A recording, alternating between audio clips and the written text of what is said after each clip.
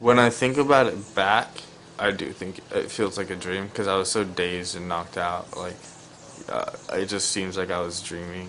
I always just think, like, at random points of the day, like, wait, he's really dead. 18-year-old Cameron Cook of Ladera Ranch was killed Saturday night when a car crash knocked him over a guardrail along the northbound 57 freeway just before Catella. Cook fell more than 50 feet to the riverbed below.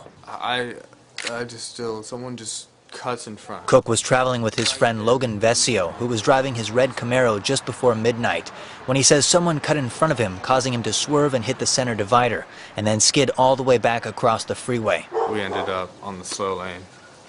Halfway into the slow lane, halfway under the shoulder. Vescio suffered a cut to his knee, but the two teens were safe and were helped by Good Samaritan Marianne Tran, who stopped to make sure they were okay. The car's leaking fluid, I wanted to make sure they were out of the car. The police were called, and Tran says she stayed to make a witness statement.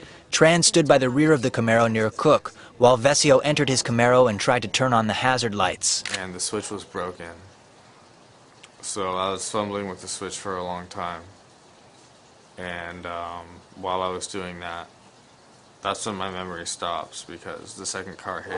Everything is slow motion as soon as the Civic hit. Because as soon as the Civic hit, I looked over and Cameron his legs were falling over and just ragdolling over the side.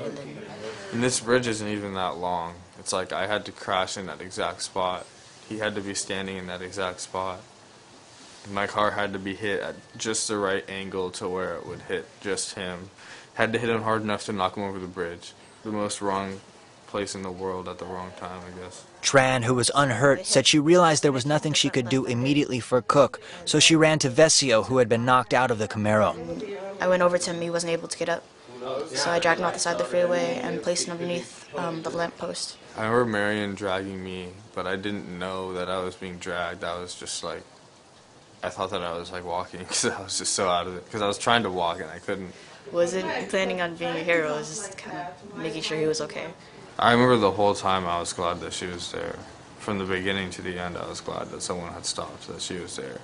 That second car, a black Honda Civic, was driven by 24-year-old Ashley Bryan, who was accused of having a blood alcohol level more than twice the legal limit more than an hour after the crash. Bryan faces a maximum sentence of 5 years and 8 months in state prison and is currently being held in lieu of $100,000 bail. Tran and Vescio say shock set in soon after the accident, and they're only beginning to process it days afterwards. It didn't kick in until like 2 days ago, like the day after. So, yeah. You should have realized it a little bit at a time. It seems more and more real every time I wake up. I hate waking up in the morning now. Because you always wake up like expecting that it still sort of maybe could have been a dream, but it wasn't. Vescio is struggling with the loss of his friend and can't imagine the pain for Cook's family. His family is just sad to a degree that I can't. Still, even after like watching my friend die, I still can't understand like the degree of sadness that they're at. It's still unimaginable. Vescio described Cook as a great friend who was always upbeat and always positive. You don't even like really realize until you think about, like, wait a second, like I never saw Cameron sad, or like angry at anything, He was always like, even like after I crashed my car, he was like, dude, like, it's alright that your car's totaled, like we're okay, like we're gonna be alright, we're gonna get out of here. He always knew what mattered and what didn't.